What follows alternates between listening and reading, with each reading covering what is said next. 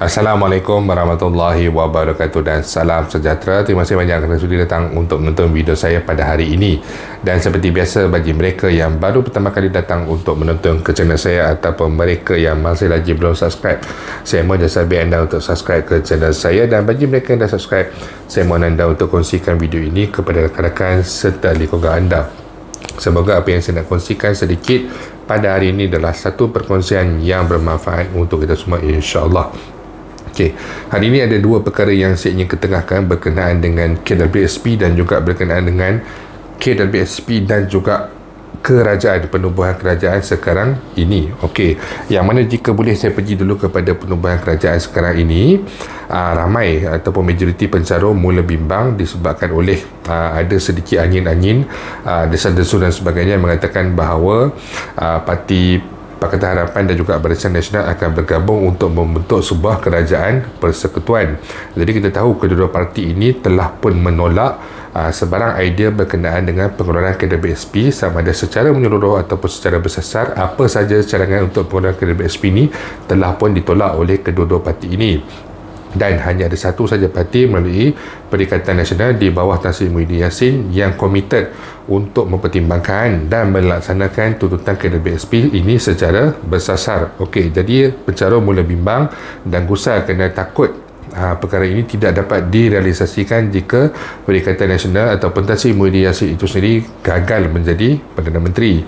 Berbaki masa yang kita ada dan juga sebagainya, dan juga mengikut beberapa perkembangan terkini pada malam tadi, saya masih percaya masih ada lagi ruang dan juga masih ada lagi peluang tambahan Tan Sri Muhyiddin Yassin adalah antara individu yang mewakili parti beliau, Perikatan Nasional, yang menyerahkan nama kepada Yang Bertuan Agong bagi menyatakan bahawa mereka ini telah mendapat sokongan lebih daripada majoriti untuk membentuk kerajaan. Jadi perkara ini, nak jumpa Agong, nak mempersembahkan nama sebagainya, adalah bukan satu perkara yang main-main. Jadi saya percaya peluang itu masih lagi cerah, masih lagi ada untuk Tan Sri Muhyiddin Yassin menjadi Perdana Menteri Malaysia yang ke-10. Saya menyokong beliau secara terbuka.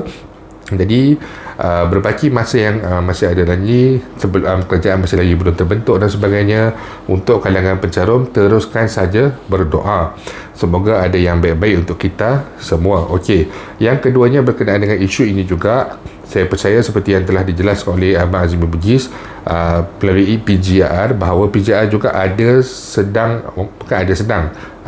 orang kata perancangan berkenaan dengan apa pula kaedah ataupun mekanisme yang perlu mereka ini lakukan jika berlaku keadaan seperti Tan Sri Muhyiddin Yassin tidak dapat menubuhkan kerajaan dan sebagainya. Jadi mereka akan pergi kepada plan B, plan C, plan D dan juga plan-plan yang ada yang telah pun dirancang oleh mereka sebelum ini. Perkara ini telah pun dinyatakan ada dalam live di TikTok Abang Azmi Bugis bersama Saja Sembang sebelum ini, bahawa mereka telah pun merencanakan, namun masih lagi berharap bahawa Tan Sri Muhyiddin Yassin orang kata akan menjadi pemimpin ataupun akan menjadi Perdana Menteri Malaysia yang ke-10. Okey, yang keduanya adalah berkenaan dengan satu posting daripada Abang Azmi Bugis berkenaan dengan saya mendapat info selepas daripada pilihan raya umum yang ke-15 ini, ada pejuang yang sedang berjuang bentuk KWSP ini. Siapakah mereka itu? Baguslah ada juga yang berjuang untuk membela nasib rakyat. Okey, ini adalah posting yang terkini yang saya ambil malam tadi. Bukanlah terkini, yang saya ambil malam tadi daripada Facebook Abang Azmi Bugis, yang mana mungkin ramai yang tidak faham. Saya rasa ini adalah salah satu macam posting yang bukannya kagum, tetapi beliau macam, sebenarnya perkara ini saya rasalah terjemahan saya adalah berkenaan dengan isu mereka yang berjuangkan tuntutan KWSP RM10,000 untuk semua pencarum, yang mana kita tahu selepas Tan Sri Muhyiddin Yassin mula menyatakan komitmen beliau untuk melaksanakan KWSP secara bersasar ini, ada individu yang mula muncul dan mencadangkan pengeluaran secara menyeluruh kepada semua pencarum dengan jumlah maksimum sebanyak RM10,000. Okey, di PGR, sebab saya adalah lebih kepada PGR, sebab saya bersetuju dengan pengeluaran secara bersasar. Di PGR tidak ada sebarang kenyataan tidak ada sebarang idea ataupun tidak ada sebarang rancangan untuk melaksanakan pengeluaran tuntutan pengeluaran kadar BSP ini secara menyeluruh kepada semua pencarum, kerana tuntutan ini telah pun dilaksanakan dan telah pun dipenuhi untuk pada pengeluaran khas kadar BSP sebanyak RM10,000 one off payment pada bulan April yang lepas. Jadi itu adalah ibarat macam kita katakan sebelum ini janji daripada kalangan pencarum. Jadi PJR punya tuntutan adalah secara bersasar kepada seluruh rumah, ibu bapa tunggal ataupun mereka yang dah lama tak aktif mencarum. Dan jikalah ada orang kata perjuangan 10K secara one off ini dan sebagainya menyeluruh kepada semua pencarum, walaupun ia mungkin memanfaatkan kepada semua pencarum, namun ianya akan memberikan kerugian yang besar kepada golongan-golongan yang telah diperjuangkan oleh PJR ini, seperti seluruh rumah, ibu bapa tunggal dan sebagainya, kerana mereka ini sudah tidak aktif mencarum bertahun-tahun. Kemudian hanya dibenarkan sebagai contoh mengeluarkan sejumlah RM10,000 sahaja. Sepatutnya dalam cadangan Pertubuhan Rasa Inovasi Rakyat, mereka ini kita tuntut untuk dibenarkan seperti pengeluaran umur 55. Jadi mana yang lebih baik di situ?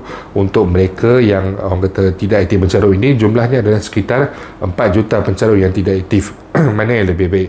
Adakah RM10,000 secara one off payment, ataupun mereka ini diberikan pilihan seperti pengeluaran pada umur 55? Boleh keluarkan semua, boleh keluarkan separuh, boleh keluarkan sejumlah sedikit, boleh keluarkan banyak sikit dan juga sebagainya. Bila mereka nak pakai, mereka cuba pergi kepada kedai BSP, isi borang untuk membuat pengeluaran, dan dalam tempoh 3 hari bekerja mereka sudah mendapat wang mereka. Jadi kita sebagai pencarum fikirkanlah apa yang kita nak dan juga mana yang lebih realistik. Dengan 4 pengeluaran kadar BSP telah dibenarkan kepada seluruh pencarum sebelum ini, jadi kita fikir adakah akan wujud pengeluaran kelima, adakah ada nilai tuntutan pengeluaran secara RM10,000 ini dan sebagainya. Masing-masing mempunyai pandangan masing-masing, tetapi pada pandangan saya, dan saya bersama dengan PJR, pada pandangan saya tuntutan untuk RM10,000 secara keseluruhannya tidaklah realistik dan juga tidak mempunyai nilai. Malah walaupun saya sendiri berminat jika dibenarkan pengeluaran itu, sebab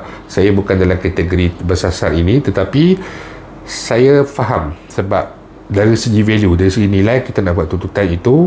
Jadi ibaratnya nanti jikalah kata tuntutan tersebut berjaya, takkan nak ada tuntutan pengeluaran yang ke-6 pula pada tahun depan. Lepas itu pada penghujung tahun depan takkan ada pula pengeluaran yang ke-7 dan sebagainya. Jadi ini bukanlah satu perkara yang baik untuk kedua-dua belah pihak, sama ada daripada segi pencarum ataupun daripada pihak kadar BSP, terutamanya sekali pihak kerajaan. Jadi kita fikirkan mana yang lebih realistik dan juga mana yang lebih terbaik untuk kita. Dan sentiasa ingat, jika anda mempunyai sebarang info berkenaan dengan tuntutan RM10,000 dan sebagainya, anda perlu rujuk semula kepada dari mana anda mendapat maklumat berkenaan, bukannya rujuk di dalam PJR. Sekarang saya tengok kadang-kadang ada dalam posting PJR dan juga ada dalam posting Azmi Bugis soalan-soalan seperti ini, yang mana kenyataan tersebut bukan dikeluarkan oleh PJR ataupun bukan dikeluarkan oleh Azmi Bugis. Salah rumah untuk bertanyakan persoalan itu dan juga menimbulkan kekeliruan, menimbulkan kekacauan dan juga mengganggu orang kata LJK PJR ni untuk fokus dan juga merencanakan isu berkenaan dengan tuntutan pengeluaran kadar BSP secara bersasar. Sentiasa fokus, tahu apa yang anda nak dan buat pilihan yang betul. Itu saja yang saya nak kongsikan sedikit pada hari ini. InsyaAllah jika ada sebarang perkembangan baru, saya akan berkongsikan kepada anda semua kelak.